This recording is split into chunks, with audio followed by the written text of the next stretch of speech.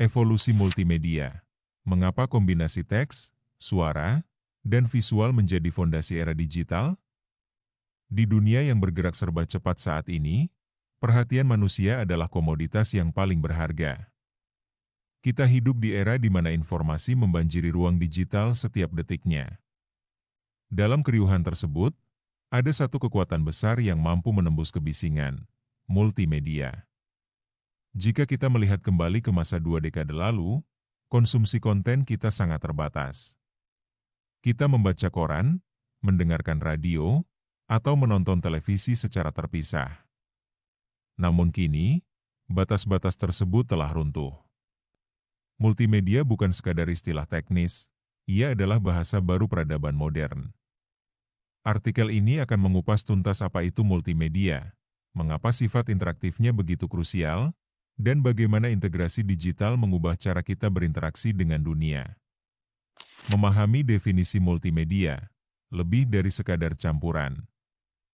Secara harfiah, multimedia adalah kombinasi dari berbagai elemen media, teks, suara, gambar, animasi, dan video yang dimanipulasi secara digital.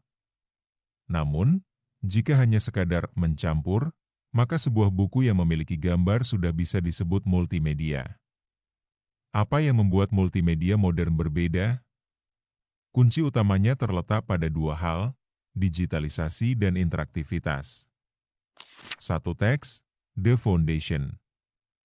Teks tetap menjadi tulang punggung informasi. Dalam multimedia, teks bukan sekadar deretan kata di atas kertas, melainkan elemen yang dapat dicari, searchable, diformat dengan tipografi dinamis, dan memiliki tautan, hyperlink, yang membawa pengguna ke kedalaman informasi lain. Dua suara, the emotional hub. Suara memberikan dimensi emosional. Apakah itu musik latar yang membangun suasana, narasi suara, voice over, yang menjelaskan kompleksitas, atau efek suara yang memberikan umpan balik pada antarmuka?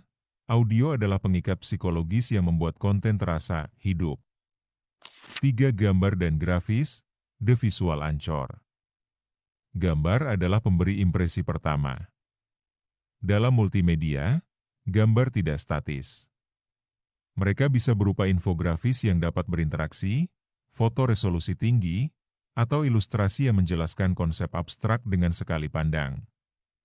4. Animasi dan video, the dynamic storyteller. Video adalah raja dalam konsumsi konten saat ini. Ia mampu merangkum ribuan kata menjadi narasi yang memikat. Sementara animasi, khususnya yang interaktif, memungkinkan kita untuk memvisualisasikan hal-hal yang tidak mungkin difoto, seperti cara kerja mesin di dalam sebuah perangkat atau proses biologis di dalam sel manusia. Kekuatan interaktivitas mengubah penonton menjadi aktor. Inilah perdebatan terbesar dalam teori komunikasi digital. Apa perbedaan antara media tradisional dan multimedia?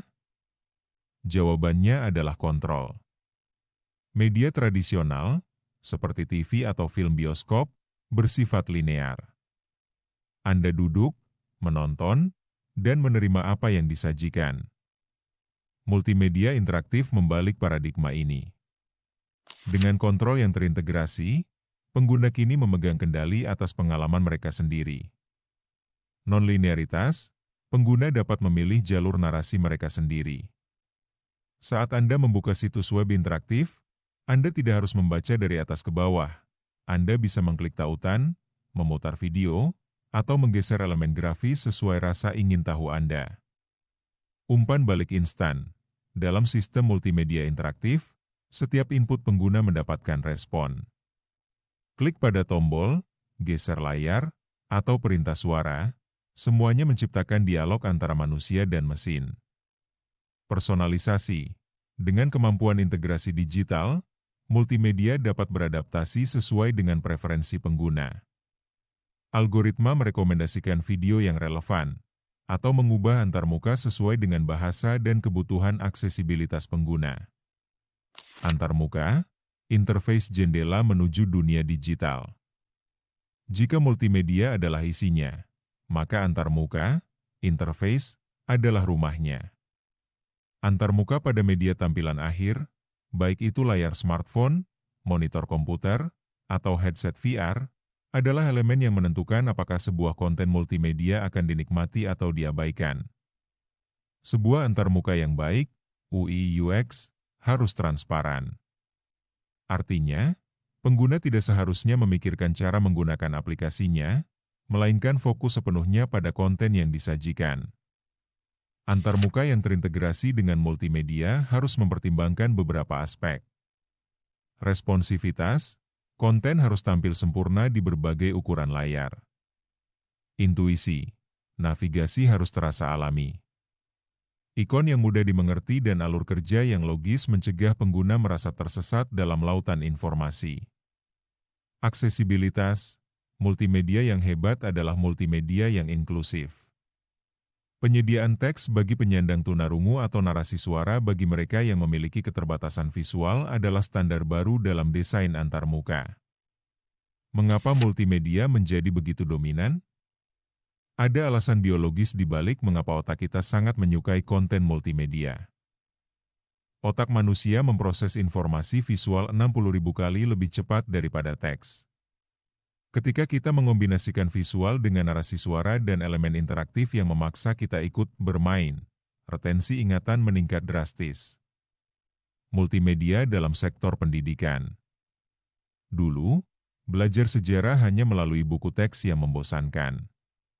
Sekarang, siswa bisa melakukan tur virtual ke reruntuhan Koloseum di Roma, menonton klip video dramatis tentang revolusi, dan menekan tombol untuk melihat peta interaktif pergerakan pasukan. Multimedia membuat ilmu pengetahuan tidak lagi terasa seperti beban, melainkan petualangan. Multimedia dalam dunia bisnis dan pemasaran. Perusahaan tidak lagi sekadar menjual produk, mereka menjual pengalaman. Video demo produk yang interaktif memungkinkan calon pembeli untuk mencoba fitur secara virtual sebelum membeli. Ini meningkatkan kepercayaan konsumen dan memperpendek siklus penjualan. Tantangan di masa depan, keseimbangan antara teknologi dan humanisme. Tentu saja, kekuatan besar datang dengan tanggung jawab besar. Dengan semakin canggihnya manipulasi digital, mulai dari deepfake hingga iklan yang sangat personal, kita menghadapi tantangan baru dalam literasi digital. Multimedia yang manipulatif bisa menjadi alat disinformasi yang sangat efektif. Oleh karena itu, kita sebagai konsumen konten harus memiliki kemampuan untuk membedah informasi yang kita terima. Di sisi lain, para pengembang multimedia harus memegang teguh etika desain, memastikan bahwa interaktivitas digunakan untuk pemberdayaan, bukan untuk eksploitasi perhatian. Kesimpulan, masa depan adalah multimedia yang imersif.